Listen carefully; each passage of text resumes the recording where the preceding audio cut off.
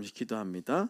하나님 감사합니다. 오늘도 이 시간 주의 말씀을 들고 섰습니다. 함께 나눌 때에 피차 은혜의 시간 되어지게 하시고 또 피차 은혜 받고 돌아가는 결단의 시간 되어지게 하여 주시옵소서.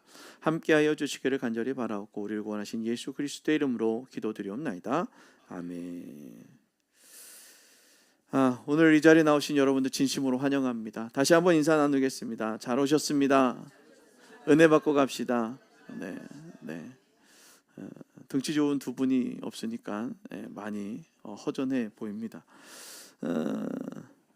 그래도 다행히 윤문희 집사님도 안 오셨네요. 요즘 또 일이 있으신 것 같습니다. 기도해 주세요. 흔들리지 않도록 많이 기도해 주시길 부탁을 드립니다. 이 자리에 오기까지 여러분 많은 결심을 하고 오셨을 것입니다. 날씨도 꾸물꾸물하고 또 따뜻한 것 같기도 하고 춥기도 한 것 같기도 하고 참 어려운 결심하고 이 자리에 나오셨습니다. 어떤 이유였던 오늘 이 자리에 계신 여러분들은 환영받을 사람입니다. 환영받기에 충분한 우리 성도님들입니다. 오늘 우리가 드리는 예배는 신앙이 잘 정리된 사람들만 드리는 예배도 아니고 질문이 있는 사람, 잘 모르겠다는 사람, 그냥 한번 와보고 싶은 사람에게도 열려있는 것이 바로 오늘 우리가 드려지는 예배입니다.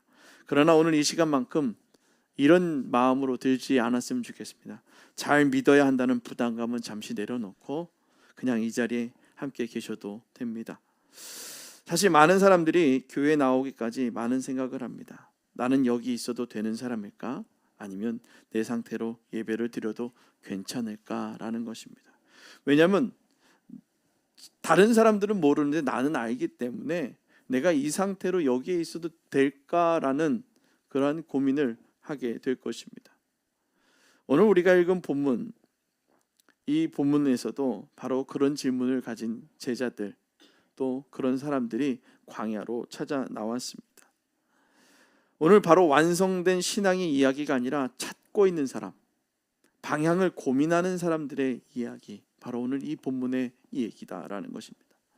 성경은 방향을 고민하는 시간을 문제 있는 상태라고 말하지 않고 오늘 거기를 광야다라고 말하고 있습니다. 오늘 읽은 우리 요한복음 이 말씀의 시작에 어디에서 나오게 됩니까? 광야로 불러 세례를 주게 되는 이 장면을 말하고 있는 것이죠. 그들이 서 있는 이 자리는 성공의 자리가 아니라 광야였습니다. 그래서 성경에서는 그 광야에서 너는 무엇을 보고 있느냐라고 묻고 있습니다. 방향을 찾고 있는 너희는 그 자리에서 무엇을 보고 있는가라는 것입니다. 오늘 여러분들은 무엇을 보고 계십니까? 오늘 이 무엇을 보고 있는가? 이 질문이 우리 서로 은혜 받는 질문이 되어지기를 주님의 이름으로 축원합니다. 오늘 광야는 뭔가 주제로서의 광야가 아니라 무대입니다. 예수 그리스도가 드러나는 무대, 나의 잘못을 내려놓는 무대, 그 무대예요. 드러나게 되어지는 장소다라는 것입니다. 오늘 요한복음 1장에서 광야가 여러 번 등장하게 됩니다. 하지만 놀랍게도 요한은 광야를 어떤 것이다 라고 설명하지 않습니다. 광야는 얼마나 힘든가, 얼마나 고독한가를 말하지 않고 광야는 그저 예수 그리스도가 나와서 세례받은 장소임을, 그리고 하나님의 성령이 그곳에 임하였던 장소임을 말하고 있다라는 것입니다. 자, 왜 그렇게 했을까? 광야는 목적이 아니라 광야는 무대입니다. 드러나게 하는 장소이기 때문이죠. 요한의 사명은 광야를 해석하는 것이 아니라 광야 한가운데 계신 세례를 받고 있는 누구를 가리키는 것입니까? 예수 그리스도를 가리키고 있던 것입니다. 요한은 또 광야를 이렇게 말하지 않습니다. 광야는 견디는 곳이다, 광야를 통과하라 라고 요한은 말하지 않습니다. 오늘 이 광야라는 단어, 여러분 제가 광야라는 이미지를 지난번에 설명을 해드렸죠. 밤에는 아무것도 보이지 않고 칠흑 같고 그 광야는 돌짝밭 같기도 하고 그것에 뭔가 살 수 없을 것 같은 그 광야. 그런데 어원 쪽으로 들어가면은 미다바르라고 하는 이 다바르라고 하는 어원에서 시작되어지는 광야입니다. 미드바르. 그 어원이 다바르의 말씀이다라는 거예요. 광야는 말씀에 집중하는 공간입니다. 그래서 오늘 이 광야에서 말씀에 집중하면 무엇이 보여집니까? 하나님이 보여지게 되고 예수 그리스도가 보여지게 되는 것입니다. 이처럼 신앙은 무엇을 보느냐에서 시작되어지는 것입니다. 따라합니다. 신앙은 무엇을 보느냐에서 시작된다. 아멘.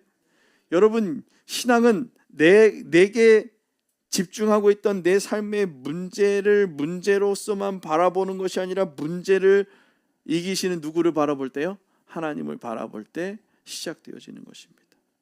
그래서 오늘 무엇을 보라라고 1절에 오늘 이 29절에 나옵니까? 보라, 세상 죄를 지고 가는 하나님의 어린 양이다. 오늘 무엇을 보느냐? 하나님의 어린 양을 바라보라라고 있다라는 것입니다. 문제 해결자가 아니라 죄를 지은 분, 요한이 예수를 가리키며 사용한 이름, 그것이 누구예요? 어린 양. 그것을 보라는 것이에요. 요한이 보라, 능력자를 보라, 보라, 인생을 바꿔주실 분이다, 이렇게 말하지 않았어요. 예수님을요. 그러니까 사람들을 현혹시킬 말들을 막 구술하지 않았다라는 거예요. 뭐라고 얘기했다고요? 하나님의 어린 양이다. 어린 양, 이 말은 위로처럼 들리기 전에 불편합니다. 어린 양? 하나님이 왜 어린 양이야? 어린 양은 싸울 수도 없어요. 도망가기 바쁘고요. 자기를 증명하지도 않습니다. 대신 짐을 집니다. 요한은 이렇게 말하죠. 세상을 고치러 오신 분이 아니라 세상의 죄를 지고 가는 분이다. 그 세상 죄를 지고 가는 그 주님을 바라보라는 것입니다. 우리는 광야에서 자꾸 해결책을 찾으려요. 이 광야라는 이 공간 가운데, 인생 가운데 뭐를 찾으려고 하는 그게 뭔가 이 세상 가운데서 문제를 해결을 찾으려고 하는 거예요. 하지만 요한은 말합니다. 답을 찾기 전에 이미 짐을 지신 분을 보라라는 거예요. 신앙은 내가 무엇을 해낼 수 있느냐가 문제가 아니라 그분이 이미 무엇을 지셨는가가 문제라는 거예요. 그분이 무엇을 먼저 지셨어요? 세상 죄를 지셨다라는 거예요. 그리고 그분이 다 십자가에서 담당하셨고 부활하셔서 우리가 이제 구원함을 얻었다라는 것입니다. 그분이 우리의 죄를 지셨음을 믿고 있는가? 그래서 요한은 이렇게 고백하죠. 보라, 하나님의 어린 양이시다. 따라합니다. 보라, 하나님의 어린 양이시다. 아멘. 그 어린 양이 우리의 죄를, 세상 죄를 지고 십자가에 못 박힘으로 이제 끝났다라는 거예요. 자유하다라는 것입니다. 그런데 그 어린 양 위에 무엇이 머물러 있었습니까? 성령이 머물러 있었다라는 거예요. 왜 성령은 머물러 있었는가? 오늘 요한은 계속해서 말하죠. 성령이 내려와 그 위에 머물렀다. 그냥 이것은 감정의 이야기가 아니라 체험이에요. 눈으로 본 거예요. 그의 눈이 영안이 열려서 성령의 비둘기같이 예수의 머리 위에 세례받는 그 순간 내려온 그 사실을 눈으로 본 것입니다. 근데 구약에서도 성령의 얘기가 나옵니다. 그런데 구약에서는 잠시 임재했다가 사라지고 움직였어요. 그런데 지금 신약에 와서 예수 위에 나타난 그 성령은 머물러 있다라는 거예요. 그와 동행했다라는 것입니다. 버려두지 않고 동행하고 함께 하고 있다라는 것입니다.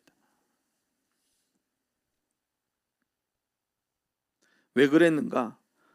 이분은 하나님의 뜻과 완전히 하나가 된 분이고 어린 양의 길을 끝까지 걸을 뿐이기 때문에 누가요? 성령이 함께하고 있는 것입니다. 그래서 우리는 광야에서 스스로를 증명하지 않아도 되는 거예요. 누가 다 해결해 주셨어요? 하나님의 어린 양이 다 해결해 주셨다는 것입니다. 성령이 이미 그분을 증언하셨기 때문에 신앙의 기초는 내 확신이 아니라 성령의 증언이 나타나게 되어진다는 것입니다. 성령의 역사가 여러분 삶에 나타나게 되어지는 것입니다. 그래서 성령님은 누구를 증언합니까? 예수님을 증언한다는 것입니다. 따라합니다. 성령은 예수님을 증언합니다. 아멘. 성령은 예수님을 증언하는 것입니다. 요한은 증언에 대해서 분명한 결과가 나타난다라고 말하고 있습니다. 두 제자가 그 말을 듣고 예수님을 따릅니다. 자, 잘 보십시오. 요한은 사람을 붙잡아 두지 않았습니다. 자기의 영향력 위에 놓지 않았어요. 자, 뭐하러 하지 않았어요? 야, 예수를 봐봐. 나를 통해 내가 세례를 줬고 그러니까 나를 잘 따라봐. 그럼 뭐예요? 좋은 일이 나를 통해서 나타날 거야 라고 말하지 않았다라는 것입니다. 요한은 그들을 붙잡아 두지 않고 그들을 내게 머물러라고 하지도 않으면서 참 증언, 참된 증언, 사람을 묶어두지 않고 누구에게 보내느냐? 예수님께로 향하게 했다라는 것입니다. 오늘 우리의 삶의 복음이 증거되어지고 우리의 삶의 말씀이 선포되어지고 우리의 삶에 나타나는 그 모든 현상은 우리의 시선을 누구에게로 돌리는 것입니까? 하나님께, 예수님께로 돌린다라는 것입니다. 그리고 예수께 간 사람은 이렇게 묻습니다. 어디에 계십니까?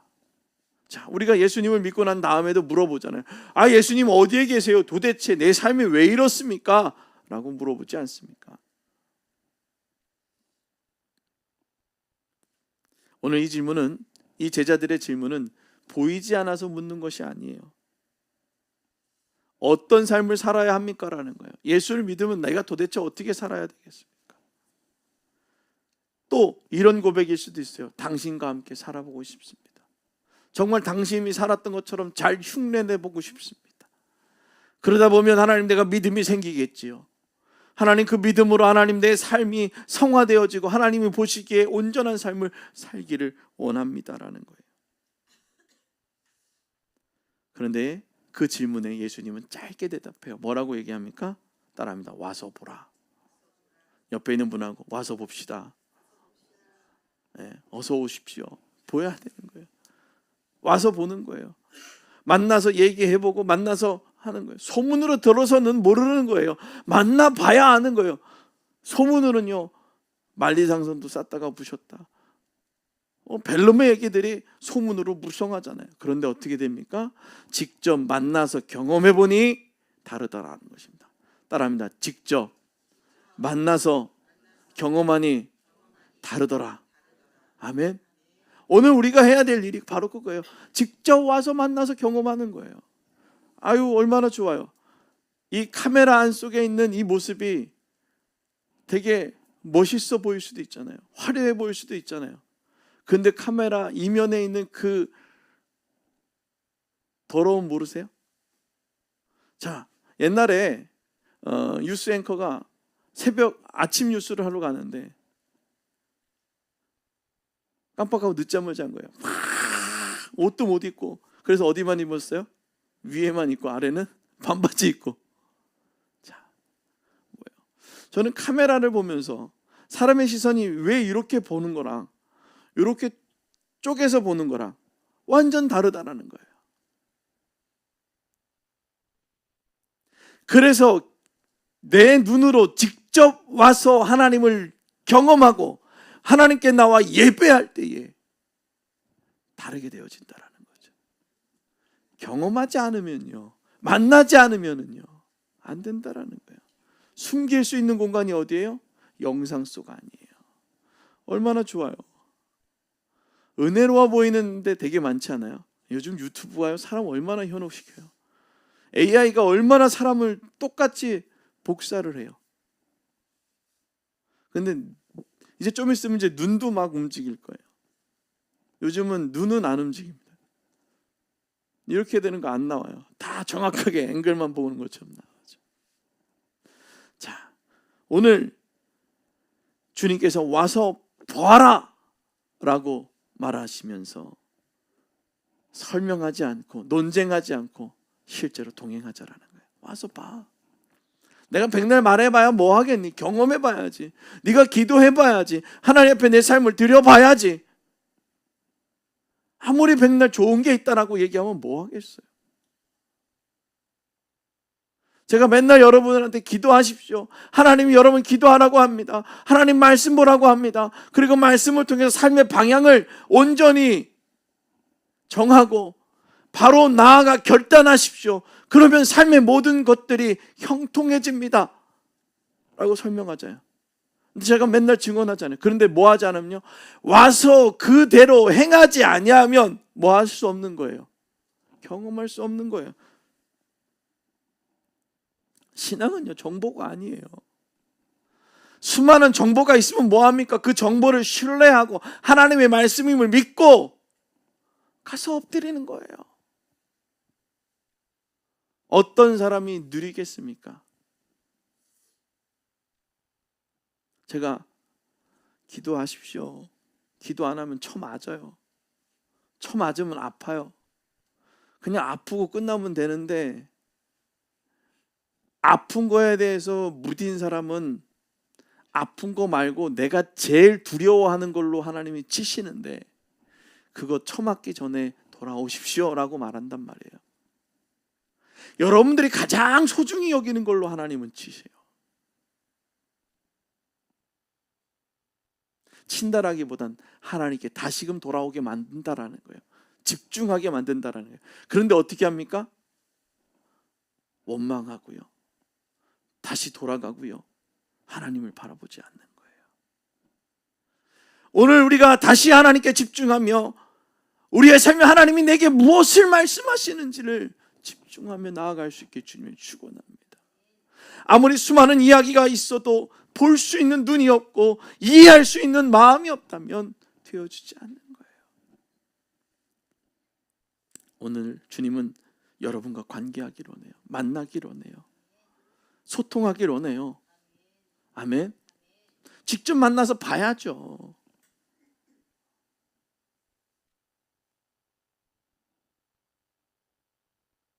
예수님은 어떤 사람을 부르신지 아세요?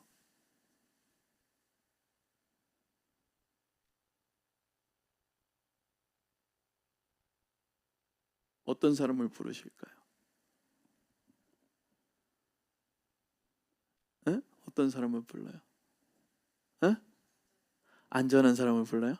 간절한 사람? 맞아요. 근데 간절한 사람은 어떤 사람이냐면요, 아직 완벽하지 않은 사람이에요. 아직 미완성인 사람들을 불러요. 왜냐하면 완성되어진 사람은 하나님 옆에 있거든. 굳이 부를 필요가 없어요. 왜요? 같이 옆에 있는데. 아직 미완성이 되어서 헤매고 두려워하고 혼자서 그냥 날뛰고 널뛰고 있는 사람들을 이리 와, 내게 나와 내 손을 잡고 함께 기도하고 함께 나와 동행하지 않겠니? 그렇게 부르는 거예요. 지금 현재 완벽하게 평안함을 누리는 사람이 아니라 미래에 줄 평안을 말하고 있는 거예요. 오늘 그 모습을 누구를 부르고 있습니까? 예수님은 시몬을 부르고 있어요. 너는 개봐라. 시몬은 아직 흔들리는 사람이었습니다. 오늘 너무 잘하잖아요. 그 찬양. 요한의 아들 시몬아, 내가 다른 사람들보다 나를 더 사랑하느냐 하고 누가 불렀어요? 주님 부르셨네, 물으셨네. 그렇죠? 그때 누가 뭐라고 불러요? 그때 베드로가 뭐라고 얘기해요? 요한이 뭐라고 해요? 요한의 아들 시몬이 뭐라고 그래요? 아이, 주님이 아십니다. 주님이 아십니다. 주님이 아십니다. 아직 완벽하지 않았도 뭐라고 얘기해요? 주님이 아시지 않습니까? 내가 다시금 그 사람으로 되어질 것을 주님이 아시지 않습니까? 그래서 주님이 그 시몬을 부르셨고, 그래서 주님이 저와 여러분을 부르셨다라는 거예요. 그런데 쉽지 않다라는 거죠. 어렵다라는 거죠. 힘들다라는 거죠. 왜요? 내가 언제 불렸느냐가 중요한 거예요. 언제 하나님의 삶을 계속 살아갔느냐라는 거죠.